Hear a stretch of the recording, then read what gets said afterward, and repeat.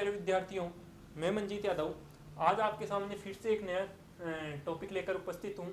और अपन बात कर रहे थे एल्गी के बारे में, और एल्गी के अपन ने जनरल इंट्रोडक्शन पढ़ने के बाद अपन ने नोस्टोक और ओसिटोलेरिया की बात कर ली थी। और आज हम करेंगे जेंटोफाइसी क्लास के बारे में कि जेंटोफाइसी जो क्लास होती है उसके कैरेक्टर्स क्या हैं और उसमें जो मेंबर आता है वाउचेरिया, उसके बारे में अपन अध्ययन करेंगे। ठीक है, तो सबसे पहले हम जेंटोफाइसी क्लास की बात करते हैं कि जेंटोफाइसी क्लास में कौन आता है। तो जेंटोफाइसी जो क्लास का रिप्रेजेंटेटिव आपके पास जो अपन बोलते प्लांट बोलते हैं या मेंबर होता है, वो मेंबर आपके पास क्या होता है, वाउचेरिया। ठीक है, तो हम आज वाउचेरिया की बात करेंगे। और सबसे पहले जब अपन किसी भी चीज की स्टडी करते हैं, किसी भी ऑर्गेनिज्म की अपन स्टडी करते हैं, तो सबसे पहले हम उसकी क्लासिफाई स्थिति देखते हैं या पोजीशन देखते हैं। तो क्लासिफाई पोजीशन में हम सबसे पहले बात करें वाउचेरिया की क्लासिफिकेशन का, तो वाउचेरिया का जो क्लासिफिकेशन की अगर हम किंगडम की बात करें तो वाउचेरिया किंगडम में आता है प्लांटी में। ठीक है, प्लांटी किंगडम के बाद हम बात करते हैं डिवीजन की, और डिवीजन में आता है वो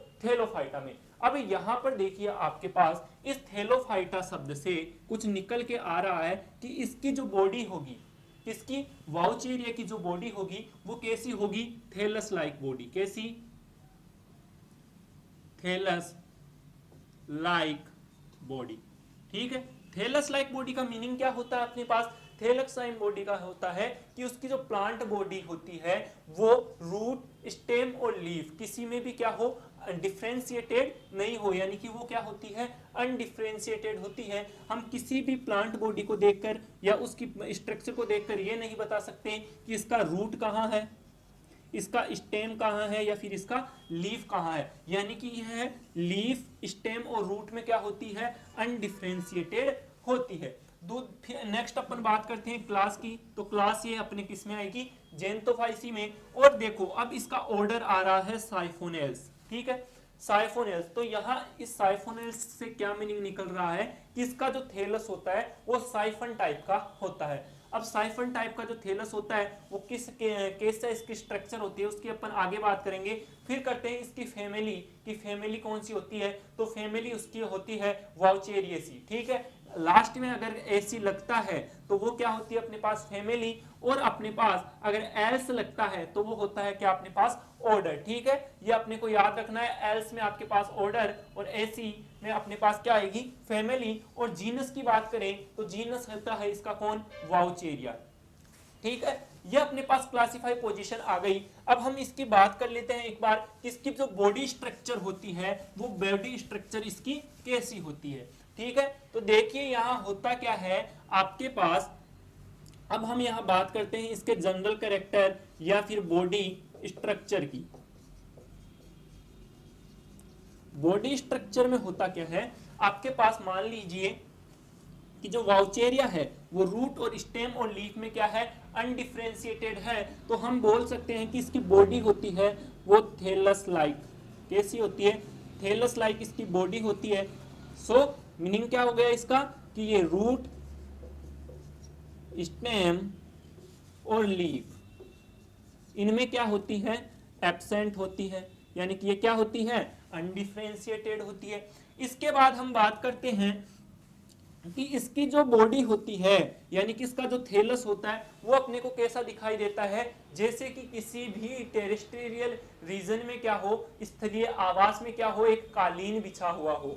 ठीक है, कैसा कालीन, तो हम बोल सकते हैं फेल्ट लाइक भी ये होता है। ठीक है, कालीन के समान इसकी संरचना होती है। अब देखो यहां पर इसका कि इसके अंदर कौन सा फूड होता है, वो रिजर्व होता है। तो यहां पर आपके पास जो जेंटोफाइसी होती है या वाउचेरिया हम बोले, तो इसमें जो रिजर्व फूड आपके पास आएगा वो आएंगी ऑयल ड्रॉप्स।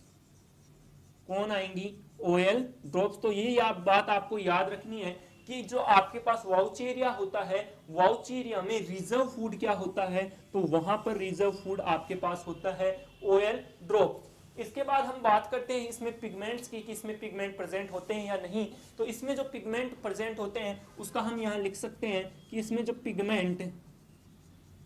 पिगमेंट जो इसमें प्रेजेंट होते हैं वो अपने पास क्या होते हैं, येलो क्रोमेटोफोर। कौन सा पिगमेंट अपने को देखने को मिलेगा यहां, येलो क्रोमेटोफोर। अगर यहाँ पर इसका पिगमेंट येलो है तो श्योर है कि इसका कलर भी कैसा आएगा, येलो। तो हम यहाँ वाउच एरिया को एक नाम और दे सकते हैं, येलो ग्रीन एल्गी। तो कॉमन नेम है वाउच एरिया का येलो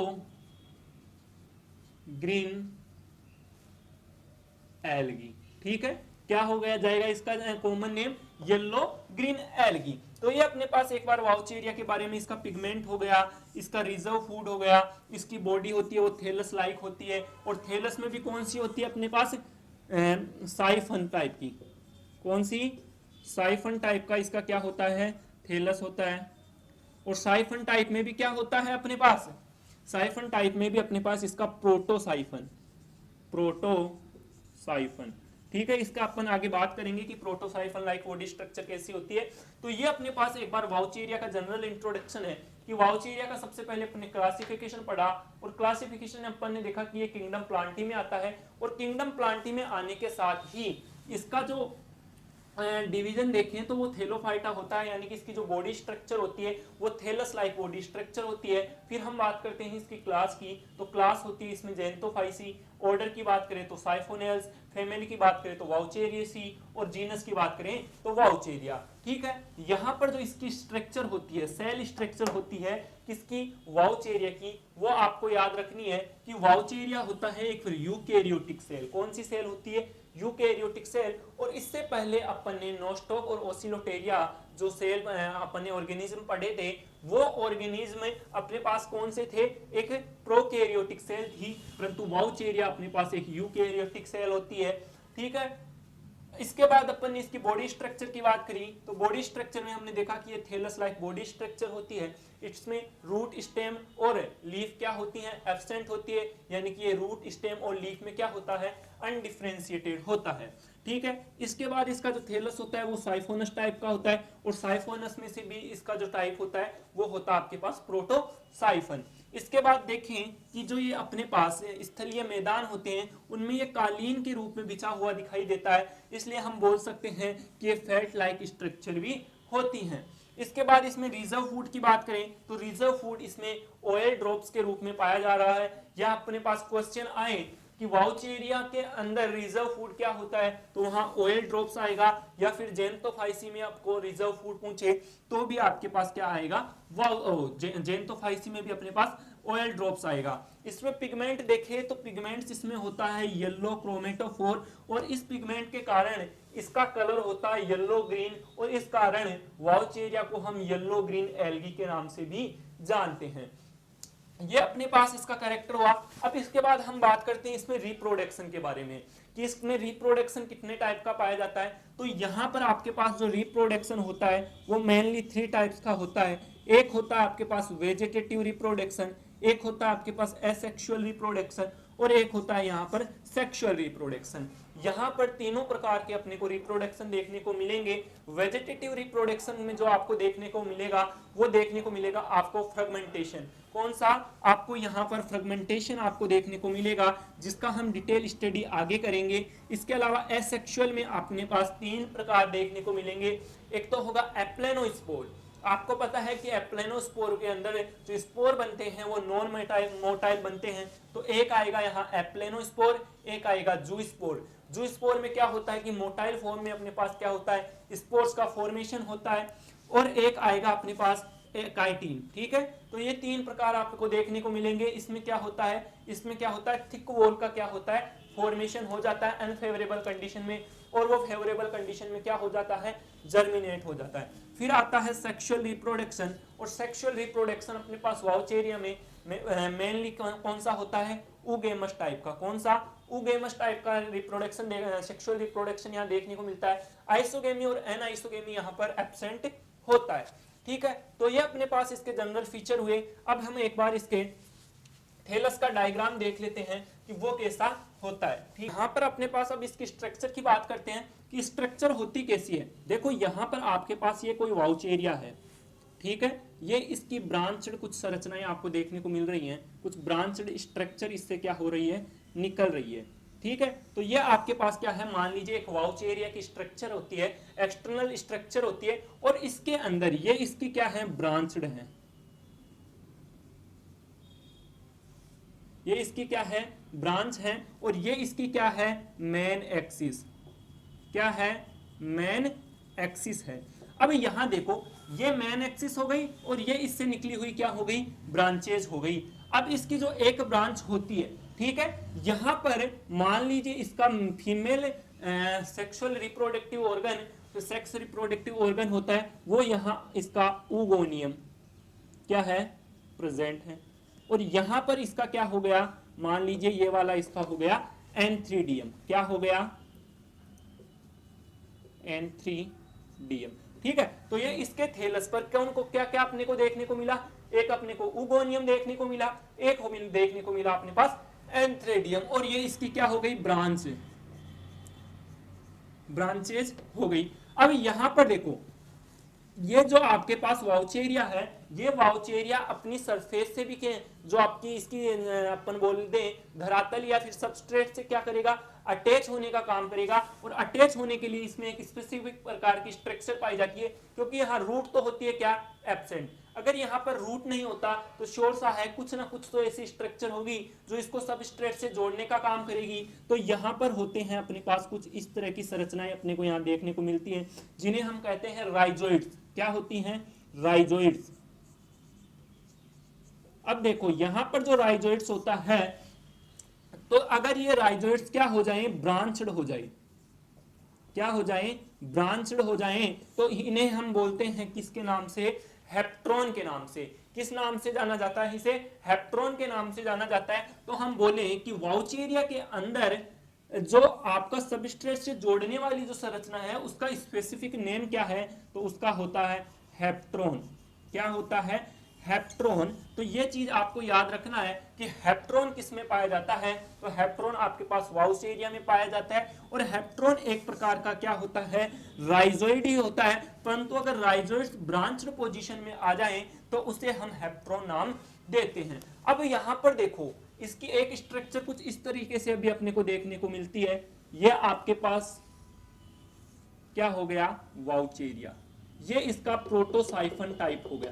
कौन सा टाइप हो गया, प्रोटोसाइफन टाइप हो गया। और यहां इधर से ये इसके राइजोइड्स निकल गए। ठीक है, यहां पर आपको मल्टी न्यूक्लिएटेड स्टेज आपको देखने को मिलेगी। अब अगर हम इसका टीएस काट के देखें तो हमको क्या दिखेगा कि ये बीच के अंदर से क्या होगा, अपने को होलो दिखाई देगा, खोखला दिखाई देगा, जिसके अंदर ये जो आपको बीच में जो खोखला रीजन या एक सिलेंडर के समान आपको देखने को मिलेगा। सिलेंडर बीच में से क्या होता है, अपने पास होलो होता है, यानी कि उसमें वहां पर खाली स्पेस पाया जाता है। उसी प्रकार यहां भी इसमें खाली स्पेस पाया जाता है। और इस खाली स्पेस का रीजन क्या होता है, क्योंकि इसके सेंट्रल वाले पार्ट में क्या होती है, वैक्यूल पाई जाती है। क्या पाई जाती है, आपके पास वैक्यूल पाई जाती है, जिसके कारण यहां क्या होता है, आपके पास होलो देखने को मिलता है। फिर इसके यहां पर अपने को पास में क्या देखने को मिलेंगे, न्यूक्लियस देखने को मिलेंगे, क्योंकि इसमें मल्टी न्यूक्लिएटेड स्टेज होती है।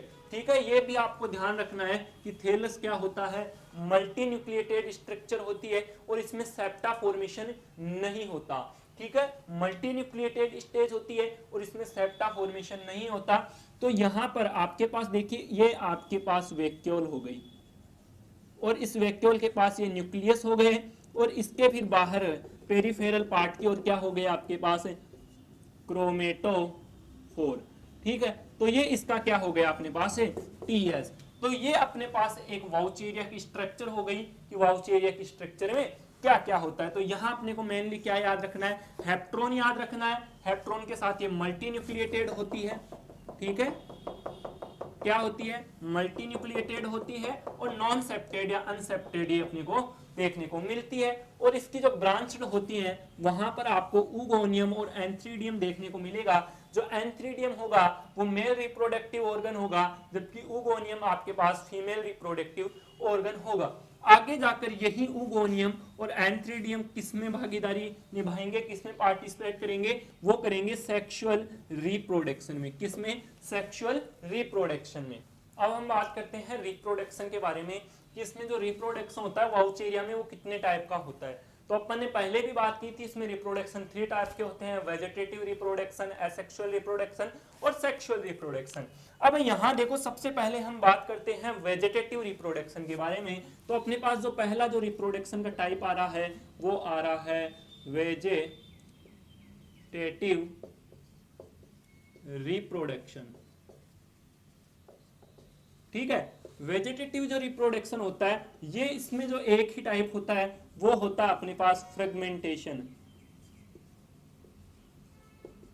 क्या होता है? फ्रेगमेंटेशन होता है। इसमें क्या होता है कि जो इसका थैलस होता है, इस जो अपने पास से प्लांट्स का ज्यादा अपन बोले ऑर्गेनिज्म का जो थैलस होता है, जो एल्गी का थैलस होता है, वो क्या हो जाता है किसी ना किसी कारणवश टूटकर अलग हो जाता है। चाहे से वो अपने पास एक्सीडेंटल प्रोसेस हो, ठीक है, या फिर कोई उस पर यांत्रिक क्षति हो, ठीक है, उस कारण अगर कोई भी पार्ट अपने पास थैलस का, मान लीजिए ये अपने पास थैलस है और इसका कोई भी पार्ट यहां से क्या हो, रिमूव हो जाए, क्या हो जाए, रिमूव हो जाए, और एक नई एल्गी, न्यू ऑर्गेनिज्म का अगर ये फॉर्मेशन करें तो ये होता अपने पास फ्रेगमेंटेशन। ठीक है, अब फ्रेगमेंटेशन किस किस वे में हो सकता है? या तो इस पर कोई मैकेनिकल प्रेशर लगे, ठीक है, तो आपके पास फ्रेगमेंटेशन होगा, या फिर कोई भी एक्सीडेंटल प्रोसेस हो जाए, अचानक घटना हो जाए जिससे कि इसका भाग क्या हो जाए, इसके मेन प्लांट से क्या हो जाए, अलग हो जाए, तो क्या होगा, अपने पास फ्रेगमेंटेशन का प्रोसेस होगा। या फिर क्या हो, अपने पास मान लीजिए ये प्लांट है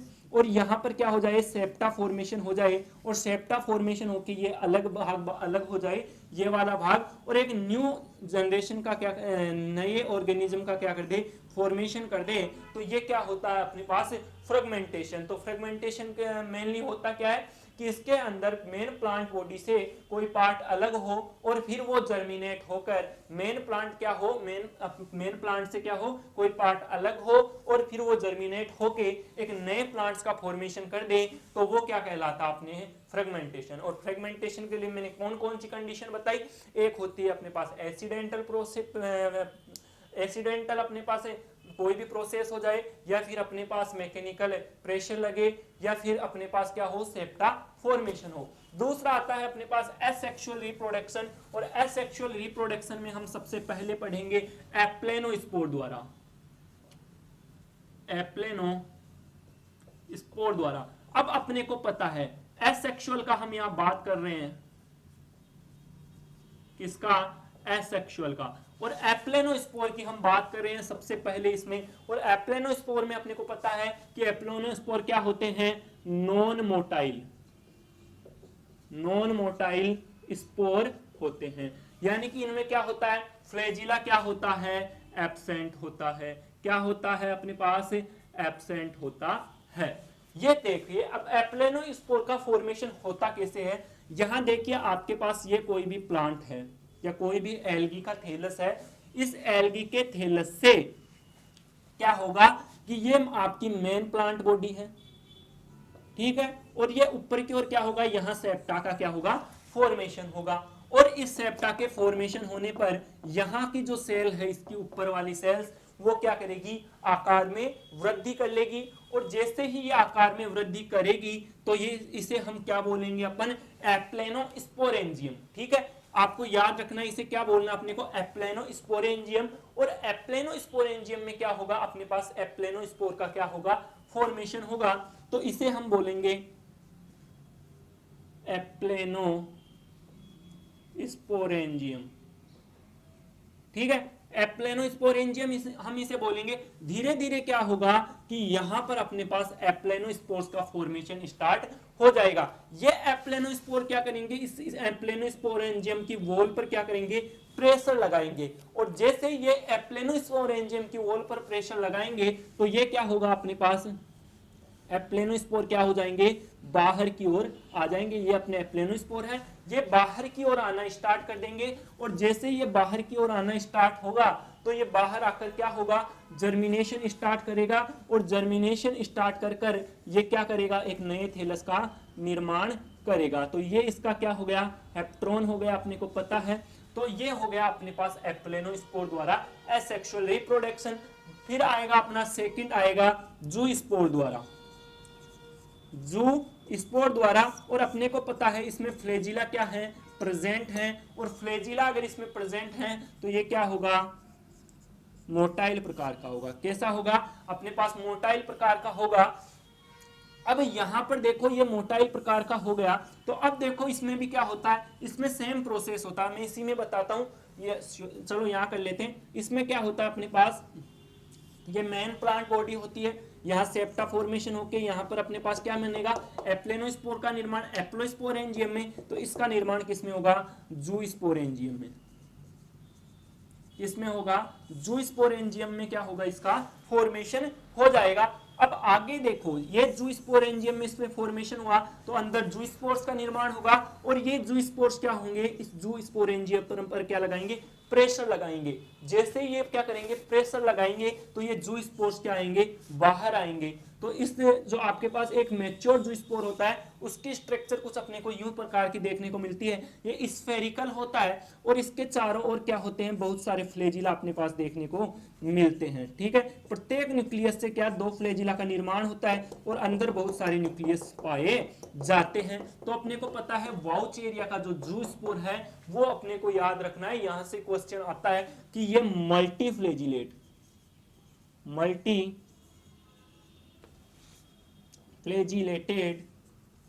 प्लस मल्टी न्यूक्लिएटेड, ठीक है, मल्टीफ्लैजिलेटेड और मल्टी न्यूक्लिएटेड होता है क्या, जूस्पोर। ठीक है, और जूस्पोर क्या होता है अपने पास, स्फेरिकल होता है। इसके अंदर मल्टीफ्लैजिलेटेड कंडीशन पाई जाती है, मल्टी न्यूक्लिएटेड कंडीशन पाई जाती है। इसके अलावा इसमें जो दोनों फ्लैजिला होते हैं वो क्या होते हैं, हेटेरोकोन्ट होते हैं। क्या होते हैं, हेटेरोकोन्ट होते हैं। ठीक है, यानी कि दोनों जो फ्लैजिला होते हैं वो साइज या शेप में क्या होते हैं, अलग अलग होते हैं। अगर एक विप्लेस होता है तो एक कैसा होता है, टेंसले होता है। एक इसमें आता है अपने पास एकाइटिन, और उसमें क्या होता है, वो सिमिलर टू क्या होती है, एप्लेनोस्पोर होता है, परंतु वहां क्या होता है, फूड रिजर्व होने के साथ साथ क्या हो जाता है, वहां पर फूड रिजर्व होने के साथ साथ वहां पर अपने पास उसकी जो वॉल होती है वो थिक हो जाती है। तो ये अपने पास क्या हुआ, एसेक्सुअल रिप्रोडक्शन। और एसेक्सुअल रिप्रोडक्शन में अपन ने 3 टाइप पढ़े हैं। एक पढ़ा है अपने एप्लेनोस्पोर, एक पढ़ा है अपने जूस्पोर, और एक पढ़ा है अपने एकाइटिन। एप्लेनोस्पोर का फिर से अपन देख लेते हैं। एप्लेनोस्पोर में जो स्पोर होते हैं वो नॉन मोटाइल होते हैं। इनका निर्माण एप्लेनोस्पोरेंजियम में होता है। इनमें फ्लैजिला एब्सेंट होते हैं। ठीक है, दूसरा आता है जूस्पोर। जूस्पोर में क्या होता है, फ्लैजिला प्रेजेंट होता है, तो ये मोटाइल होता है और इसका निर्माण जूस्पोरेंजियम में होता है। और यहाँ पर आपके पास मल्टी न्यूक्लिएटेड और मल्टी फ्लैजिलेटेड स्ट्रक्चर आपको देखने को मिलती है। ठीक है, अब हम बात करते हैं वाउचेरिया के सेक्सुअल रिप्रोडक्शन के बारे में कि सेक्सुअल रिप्रोडक्शन में होता क्या है। अपन ने पहले ही बताया कि यहाँ पर अपने पास जो सेक्सुअल रिप्रोडक्शन होता है वो ऊगेमस टाइप का होता है। कौन सा होता है अपने पास, ऊगेमस टाइप का होता है। यहाँ पर क्या होता है कि ऊगेमस टाइप में जो मेल रिप्रोडक्टिव अपन बोलते हैं, गैमेट बोलते हैं या मेल गैमेट्स बोलते हैं, वो तो क्या होते हैं, मोटाइल फोर्स में। ठीक है, मोटाइल फॉर्म में होते हैं। कौन, मेल गैमेट तो क्या होता है, मोटाइल होता है, और आपके पास जो फीमेल गैमेट होता है वो आपका नॉन मोटाइल होता है। यहां आपको देखना है कि ऊगेमस में होता क्या है कि जो मेल गैमेट होता है वो मोटाइल होता है। मोटाइल होने के साथ साथ ये क्या होता है, साइज में क्या होता है, स्मॉल होता है। जबकि फीमेल गैमेट होता है वो साइज में बड़ा होता है और क्या होता है, नॉन मोटाइल होता है। तो सेक्सुअल रिप्रोडक्शन अपने पास ऊगेमस प्रकार का यहाँ होगा। अब यहाँ देखते हैं होते क्या है। होता इसमें यह है कि सबसे पहले आपके पास ये आपका होता है वाउचेरिया का थैलस, और वाउचेरिया के थैलस में सबसे पहले अपने पास क्या किसका फॉर्मेशन होता है, एंथ्रीडियल ब्रांच का फॉर्मेशन होता है। तो अपने को ये चीज याद रखनी है कि वाउचेरिया में सबसे पहले किसका फॉर्मेशन होता है, एंथ्रीडियम का या फिर ऊगोनियम का। तो अपने को याद रखना है एंथ्रीडियम का यहाँ फॉर्मेशन पहले होता है। अब यहाँ पर देखो, यहां पर इसके थैलस में सबसे पहले एंथ्रीडियल ब्रांच बन जाएगी, परंतु इसके जो एंथ्रीडियल ब्रांच होगा इसके बेस में आपके पास वांडरप्लाज्म देखने को मिलेगा। देखिए वांडरप्लाज्म होता क्या है, ये आपको वांडरप्लाज्म देखने को मिलेगा। यहां पर क्या होता है, आपके पास न्यूक्लियस के नंबर और जगह से ज्यादा हो जाते हैं। यहां पर आपके पास ऑयल ड्रॉप्स क्या हो जाती हैं, प्रेजेंट हो जाती हैं और जगह से ज्यादा। प्लस यहां पर आपके पास क्रोमेटो 4 क्या होते हैं, प्रेजेंट होते हैं। ठीक है, तो ये आपको याद रखना है कि यहाँ पर क्या होता है, वांडरप्लाज्म जो एरिया होता है वहां पर न्यूक्लियस के नंबर ज्यादा होते हैं, ऑयल ड्रॉप्स क्या होती हैं यहाँ पर रिजर्व होती हैं। इसके अलावा यहाँ पर क्रोमेटोफोर क्या होते हैं, प्रेजेंट होते हैं। धीरे धीरे क्या होता है कि जो आपके पास एंथ्रीडियल ये ब्रांच होती है वो यंग एंथ्रीडियम में क्या हो जाती है, बदल जाती है या चेंज हो जाती है, और आपके पास जो वांडर प्लाज्मा वाला रीजन था यहां से आपके पास ऊगोनियम का फॉर्मेशन हो जाता है, जैसा आपको डायग्राम में दिख रहा है। धीरे धीरे आगे चलता है तो और भी क्या होता है, इनका डेवलपमेंट होता है, और ये आपके पास यंग एंथ्रेडियम और यंग ऊगोनियम है। आगे जाके क्या होता है कि ये अपने पास जो यंग एंथ्रेडियम है ये और क्या होती है, अदर जो थैलस होता है उससे अलग होने के लिए यहां पर क्या करती है, सेप्टा का फॉर्मेशन कर लेती है, क्योंकि इसको किसका निर्माण करना है आगे जाके,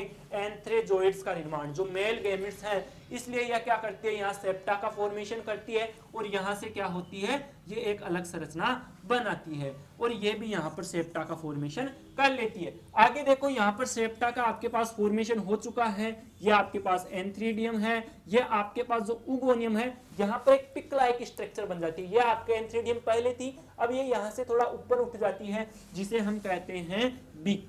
ठीक है, तो आपको याद रखना है ये यहाँ बिक का फॉर्मेशन हो जाता है। आगे आइए, आगे आने पर यहाँ क्या होता है कि जो आपके पास जहां सेप्टा फॉर्मेशन हुआ था, जो आपके पास एंथ्रीडियम थी, वहां पर आपके पास एंथ्रेजोइड्स का फॉर्मेशन हो जाएगा, और एक एंथ्रेजोइड होता है वो कुछ इस प्रकार की संरचना होती है, उसमें क्या होता है अपने पास, यह बाइफ्लेजिलेटेड होता है। ठीक है, अब यहां पर देखो जो आपके पास ये बाइफ्लेजिलेटेड, यहां पर एंथ्रेजोइड्स का फॉर्मेशन हो चुका है, और यहां पर जो आपके पास क्या है, ऊगोनियम है, इसमें किसका फॉर्मेशन हो चुका है, एग का फॉर्मेशन हो चुका है। अब क्या करेगा कि जो ये एंथ्रेजोइड हैं वो इसमें किसमें, आपके पास ऊगोनियम में क्या करेंगे, एंटर करेंगे, और ऊगोनियम में एंटर करने के बाद आपको यहां दिख रहा होगा कि जो आपके पास जो ये वाला ऊगोनियम वाला रीजन था, इस रीजन में आपको मेल न्यूक्लियाई भी दिख रहा है और फीमेल न्यूक्लियाई भी दिख रहा है। यह आपका मेल न्यूक्लियाई फीमेल न्यूक्लियाई के साथ फ्यूज होगा। जब आपके पास मेल फीमेल गैमेट और मेल गैमेट फ्यूज होते हैं तो जाइगोट का क्या होता है, फॉर्मेशन होता है। तो यहाँ पर ये आपस में फ्यूज होते हैं और फ्यूज होके एक 2n संरचना यानी कि जाइगोट का क्या करते हैं, फॉर्मेशन करते हैं, और ये जाइगोट आगे जर्मिनेट होकर किसका, नए थैलस का क्या करता है, फॉर्मेशन करता है। तो ये अपने पास क्या हुआ, वाउचेरिया का सेक्सुअल रिप्रोडक्शन, और सेक्सुअल रिप्रोडक्शन में अपन ने देखा ये ऊगेमस टाइप का होता है। ऊगेमस टाइप का होने के साथ साथ जो इसमें होता है, ऊगेमस में क्या होता है कि मेल जो आपके पास गैमेट होता है वो मोटाइल फॉर्म में होता है, साइज में छोटा होता है।